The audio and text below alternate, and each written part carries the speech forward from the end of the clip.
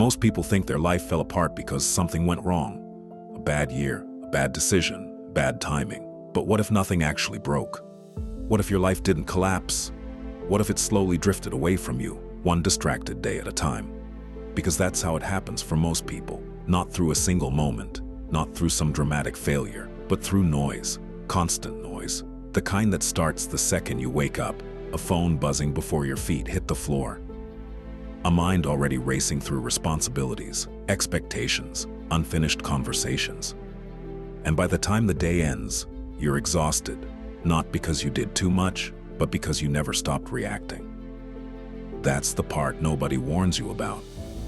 When life becomes a reaction instead of a choice, you don't feel broken, you feel numb. You still show up, you still get things done, but something feels off. You're tired even when you rest. You feel busy, but unfulfilled. And slowly, quietly, you stop feeling like yourself. Psychologists have a word for this state: burnout. But burnout isn't just about working too hard. It's about losing internal structure. Your days lose rhythm. Your thoughts lose clarity. Your emotions feel louder than they should. And the scary part? Most people think the solution has to be massive. A career change, a total reset, a new version of themselves. But research and real life keeps pointing to something much smaller. Something almost boring. A single daily habit that restores order inside the mind before it ever shows up in your life.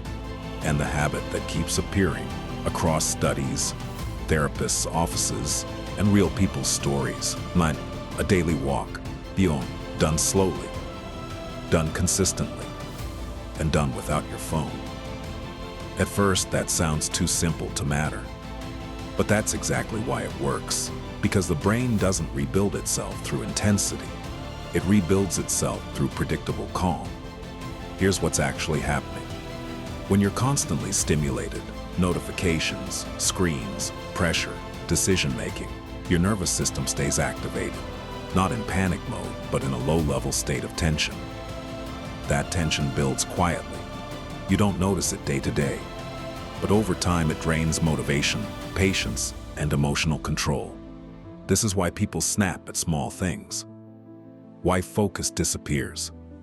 Why joy feels muted.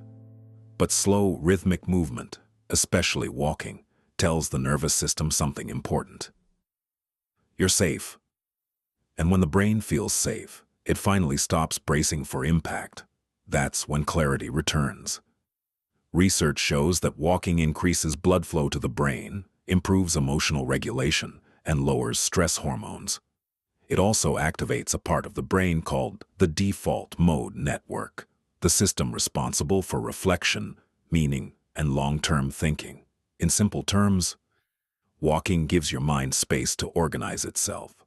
That's why people often say their best ideas come when they're walking. Why problems feel smaller afterward. Why emotions feel less overwhelming. They didn't force a breakthrough. They allowed one. And when this becomes a daily habit, something deeper changes. The brain begins to expect that calm moment. It starts to rely on it.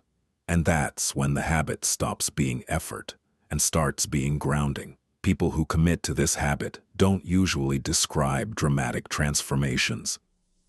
They describe subtle ones. They feel less reactive. They pause before responding. They sleep better. They stop carrying the entire day in their chest.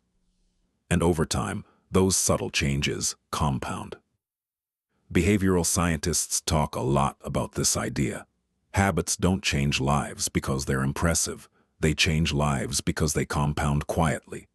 5 minutes today feels insignificant.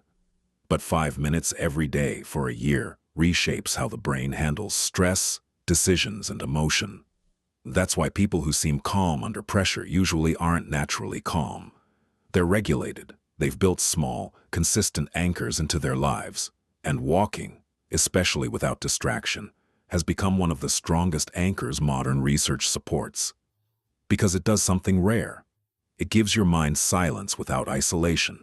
No input, no performance, no optimization, just movement and awareness. And in that silence, people start hearing themselves again.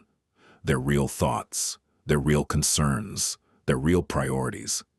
This is where people reconnect with who they are, not who they've been reacting into becoming. And the habit works best when it stays simple. You don't need a perfect morning routine. You don't need motivation. You don't need a specific distance. You just need one agreement with yourself. Every day, I walk. Not for fitness, not for productivity, but for presence. 10 minutes is enough. 5 minutes is enough. Around the block counts. What matters is consistency. Same general time, same intention, same lack of distraction. Shoes ready, no decisions required. Over time, your brain begins to associate walking with relief. Stress drops faster. Thoughts slow sooner. Emotions regulate more easily. And when life gets heavy, because it always does, you're no longer scrambling for control. You already have it. This is why therapists recommend it. Why neuroscientists study it. Why people who feel lost often stumble back into themselves through it. Not because it's trendy, but because it works. Quietly. Slowly. Reliably. And that kind of change doesn't announce itself. It just shows up one day when you realize something important. You're calmer than you used to be. You're clearer than you were. And life feels manageable again. Not perfect, but steady. So if you feel overwhelmed, if your mind feels crowded, if you feel disconnected from who you used to be, don't wait for motivation. Don't wait for a life overhaul. Start small. Put on your shoes. Step outside. Leave your phone behind.